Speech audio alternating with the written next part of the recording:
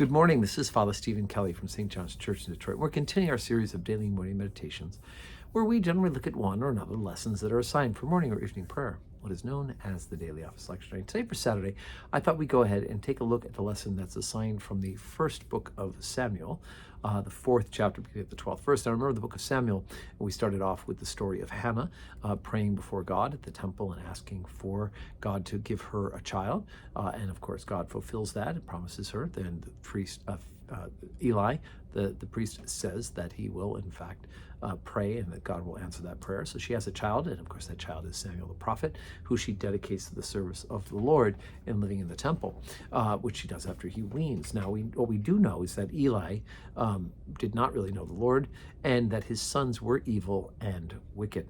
And so that's where we pick up the story of the end of these two.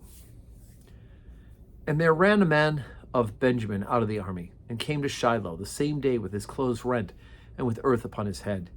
And when he came, lo, Eli sat upon the seat by the wayside watching, for his heart trembled for the ark of God. And when the men came into the city and told it, all the city cried out. And when Eli heard the noise of the crying, he said, What meaneth the noise of this tumult? And the men came in hastily and told Eli. Now Eli was 98 years old, and his eyes were dim that he could not see. And the man said unto Eli, I am he that came out of the army, and I fled today out of the army. And he said, What is there done, my son?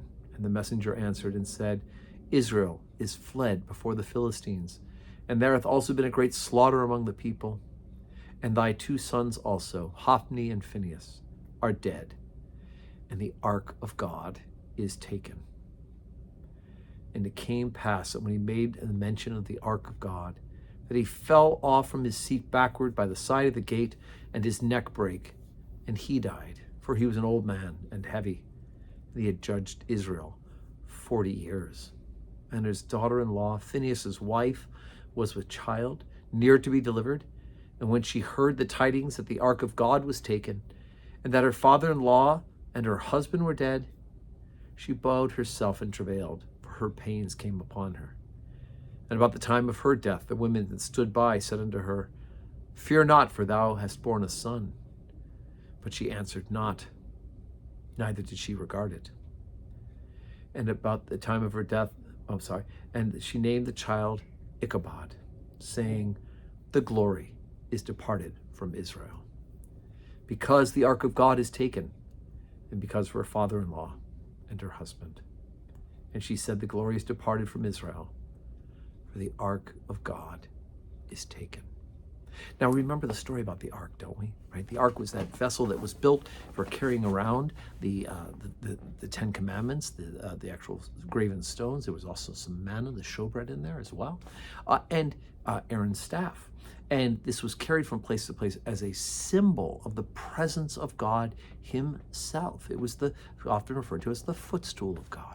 And so it was carried from place to place as they were going through the Sinai Peninsula and ultimately into Jerusalem. And then it became the central focus and locus point of the temple itself. It was often carried out to battle. And when people would see the ark, the presence of God, the army of Israel would slaughter their opponents.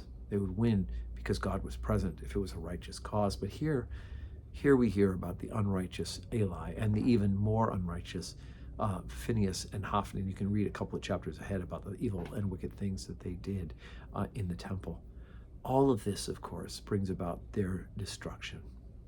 Now, I have to say, I've had fond memories of Brother John Charles Vockler. He was a bishop in the Church of God. He was originally a bishop in Adelaide, Australia, and then was in Melanesia, then came to the United States to become a Franciscan friar, right? Put off with the fancy purple to become a Franciscan friar, and then eventually became an assisting bishop in the Diocese of Quincy, Illinois, and went on then to the Anglican Catholic Church. So anyway, I remember the bishop looking at a photograph, and in that photograph was photos of a religious order, which at one time was a great and strong and vibrant religious order in the Episcopal Church, turning away people for vocations because they didn't have room, and full of teaching about the one holy Catholic and apostolic faith.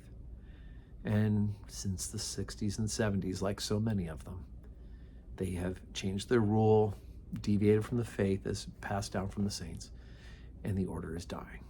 And I remember Brother John Charles, God rest his soul, pointing to the row of monks in the picture and saying, Ichabod, the glory has departed.